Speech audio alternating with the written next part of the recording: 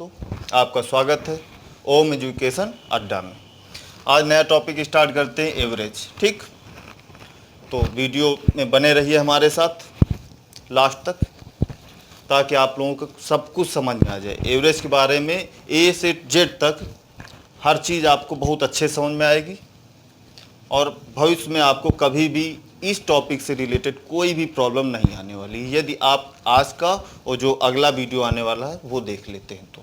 ठीक, चलिए औसत की बात करते हैं। तो सिंपल सा फार्मूला है औसत का। सबसे पहले औसत बराबर क्या होता है? औसत बराबर होता है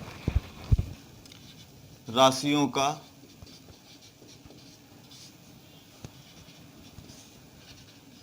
कुल योग बटे राशियों की संख्या।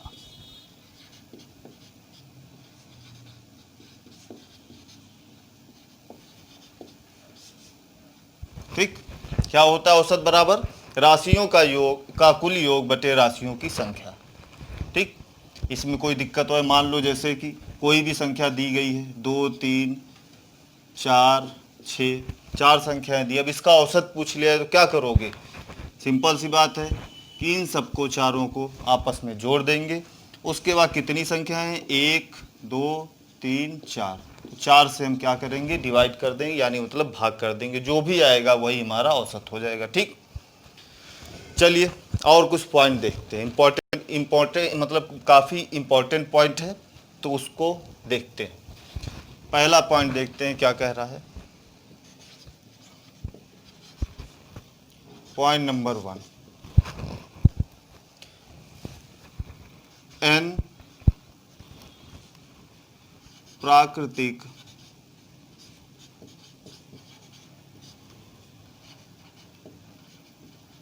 संख्याओं का योग बराबर क्या होता है? पता होगा, नहीं पता तो पता चल जाएगा। क्या होता है? n+1/2। ये क्या निकला? योग निकल आया। हमें पता है औसत निकालने के लिए सबसे पहले हम क्या फाइंड करते हैं? सम को, यानी मतलब योग को। योग हमें पता चल गया तो हम यही बात करते हैं, n प्राकृतिक संख्याओं का औसत क्या हो जाएगा? औसत क्या हो जाएगा? हम कुल संख्या, जो भी संख्याएं हैं उनसे हम क्या करेंगे? उस संख्या से भाग कर देंगे। तो n+1/2, भाग कितने से? n संख्या है तो क्या है? नीचे भाग में आ जाएगा, इसको कट जाएगा तो क्या हो जाएगा? n+1/2। ठीक, तो जहां पर भी औसत पूछा जाता है n प्राकृतिक संख्याओं का, यानी कि मतलब sum average of n natural number की बात की जाती है, तो क्या करेंगे? हम डायरेक्ट कौन सा फार्मूला यूज करेंगे? n+1/2। ठीक, कौन सा यूज करेंगे? n+1/2। ठीक, कोई दिक्कत नहीं होनी चाहिए। पॉइंट नंबर 2 की बात करते हैं। पॉइंट नंबर 2 की बात करेंगे कि n प्राकृतिक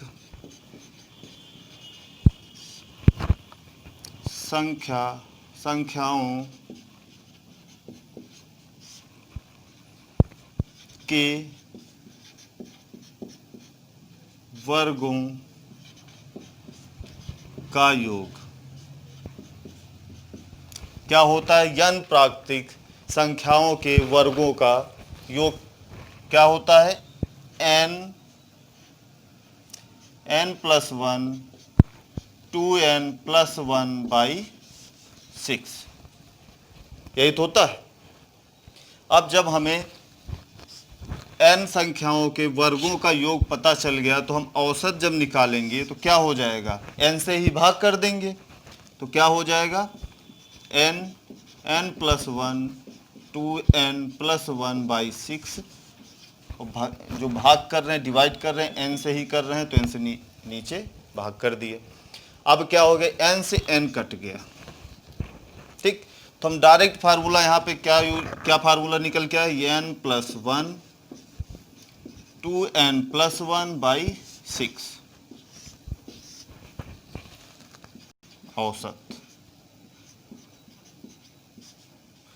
तो जहां पर भी क्वेश्चन में n नेचुरल नंबर जो है उनके स्क्वायर का जो है या फिर वर्गों का योग वर्गों का औसत पूछा जाए तो हम क्या डायरेक्ट फार्मूला यूज करेंगे, n+1 2n+1/6 डायरेक्ट रख देंगे। इसमें जो भी संख्या n का मान होगा तो हमें क्या आंसर निकल आएगा उसका, ठीक, औसत हमें पता चल जाएगा।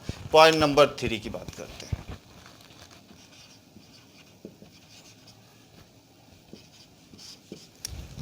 अब हम बात कर रहे हैं n प्राकृतिक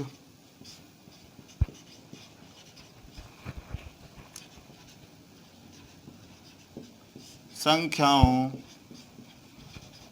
के घन का योग।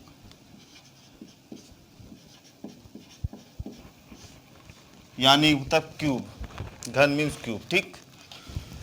तो n नेचुरल नंबर हैं, उनके क्यूब का जो सम होगा वो क्या होता है फार्मूला, n+1/2 की होल पावर 2,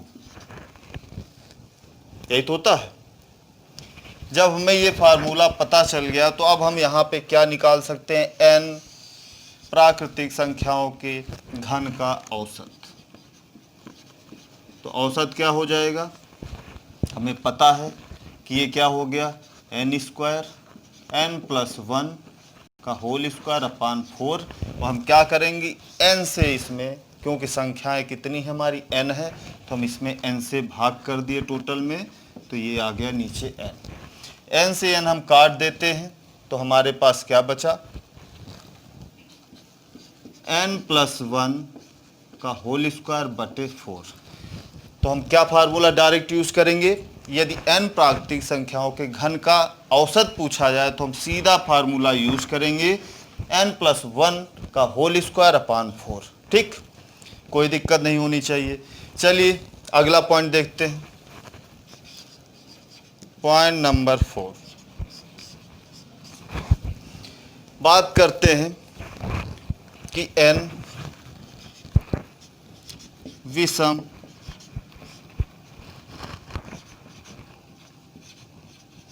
संख्याओं n विषम संख्याओं का औसत।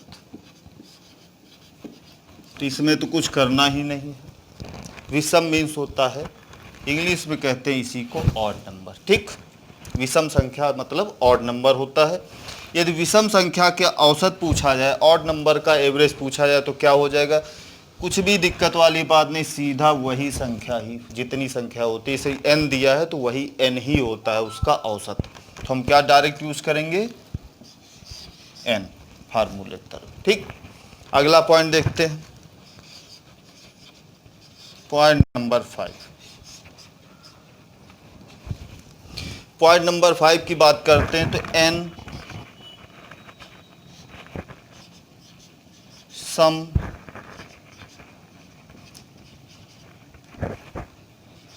संख्याओं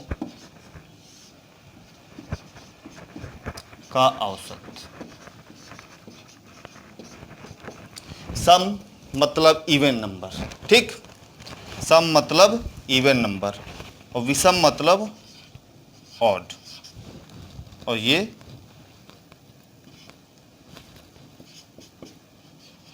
इवन, ठीक। तो यदि हम n इवन नंबर का जो एवरेज निकालेंगे, कैसे निकालेंगे, कुछ नहीं करना, +1 उसी में कर देना है, तो यही आपका आंसर निकल आया। तो हम क्या डायरेक्ट फार्मूला यूज करेंगे, n सम संख्याओं का औसत पता करना है तो n+1 करेंगे, और हम विषम संख्याओं को पता करना है तो डायरेक्टली n ही रख देंगे, ठीक। पॉइंट नंबर 6,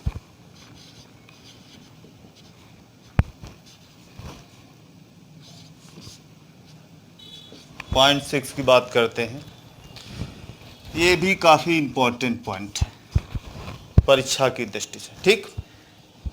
वैसे तो सभी इम्पोर्टेंट थे, पढ़ना तो सब है, लेकिन ये काफ़ी इम्पोर्टेंट है, ठीक।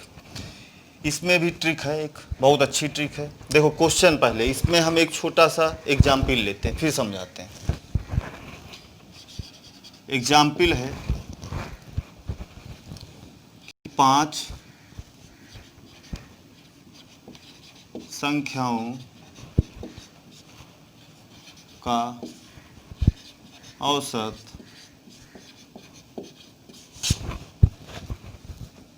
25 है। ठीक,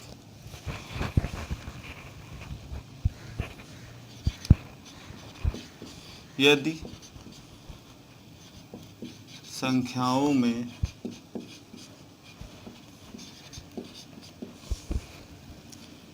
4 जोड़ दिया जाए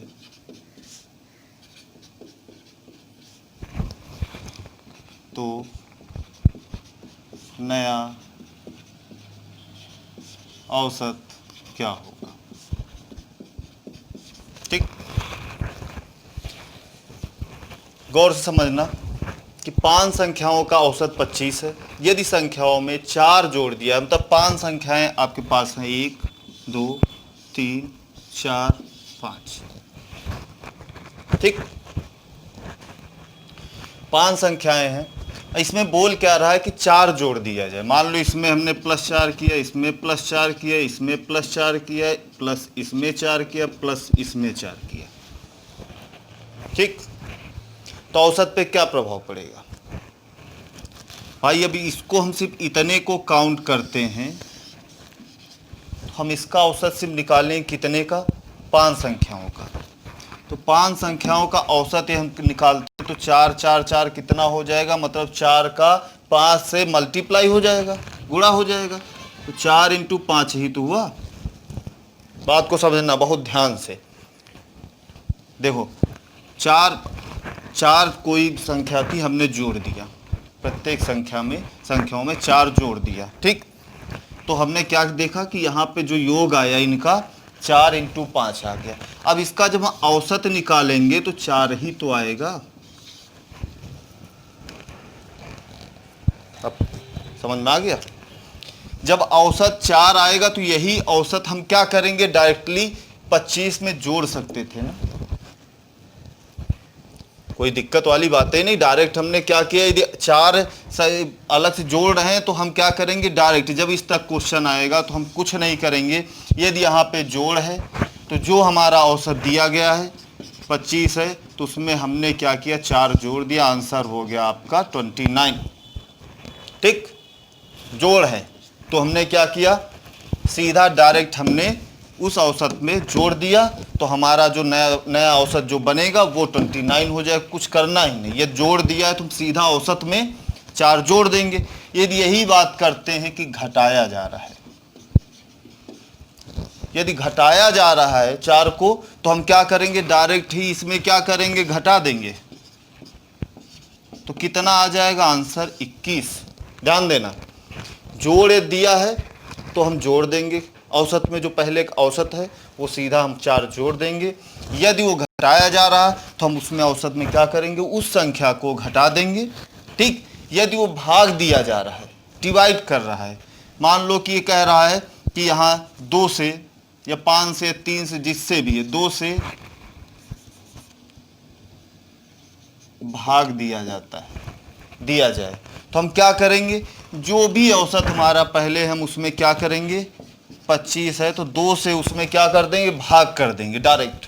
कुछ भी सॉल्व करने की जरूरत नहीं होती कि आप अलग से औसत निकालो फिर उनको दोनों को जोड़ो। ठीक, वो कुछ नहीं करना है, आपको डायरेक्ट क्या करना है कि 2 से यदि भाग कर रहा है, प्रत्येक संख्या में जो है वो 2 से भाग हो रहा, तो हम डायरेक्टली क्या करेंगे, उसके औसत में ही 2 से भाग कर देंगे। तो क्या आंसर आ जाएगा, 2 1 के 2, 2 चौको 8, 14.5। ठीक, यदि गुणा की बात कर रहा है, यहाँ पे इनटू कर रहा है, तो क्या करेंगे, 2 का गुणा कर रहे हैं तो कुछ नहीं करना, वही सेम चीज़ है कि हम सीधा गुणा कर देंगे औसत में। तो हमारा नया औसत क्या हो जाएगा, 25 × 2 का गुणा कर रहे हैं तो क्या हो जाएगा, सीधा सीधा 50। कोई दिक्कत नहीं। तो जहाँ पर भी ऐसे क्वेश्चन आएंगे तो आप सीधा ट्रिक का यूज़ करेंगे और क्या करेंगे, गुणा दिया हुआ है तो डायरेक्ट ही हम उस औसत में, जो औसत दिया हुआ है पहले उसमें ही डायरेक्ट हम गुणा कर देंगे। भाग दिया हुआ है तो उस औसत में उस संख्या का भाग कर देंगे। यदि जोड़ दिया हुआ है, ठीक, इतना जोड़ा जा रहा है तो जो संख्या जोड़ी जा रही उससे ही हम औसत में उसको जोड़ देंगे। ठीक, यदि घटाया जा रहा है तो वो उस संख्या को हम औसत में ही घटा देंगे तो सीधा आंसर आपका निकल आएगा। ठीक, तो आज की क्लास यहीं समाप्त करते हैं और चैनल को सब्सक्राइब लाइक ज़रूर कर लें ताकि आपको ऐसी ट्रिक बढ़िया से मिलती रहे। ठीक, और इसके बाद जो है, अब जो है कॉन्सेप्ट हमने पूरा कंप्लीट कर दिया है। अब जो है क्वेश्चन की शुरू करेंगे अगले वीडियो से। तो इस वीडियो को देखने के बाद आप इस एवरेज का जो दूसरा पार्ट है उसे ज़रूर देखें, क्योंकि उसमें बहुत ही अच्छे अच्छे क्वेश्चन भी देखने को मिलेंगे। ठीक, और तभी आपका पूरा एवरेज क्लियर हो पाएगा। तो जय हिंद।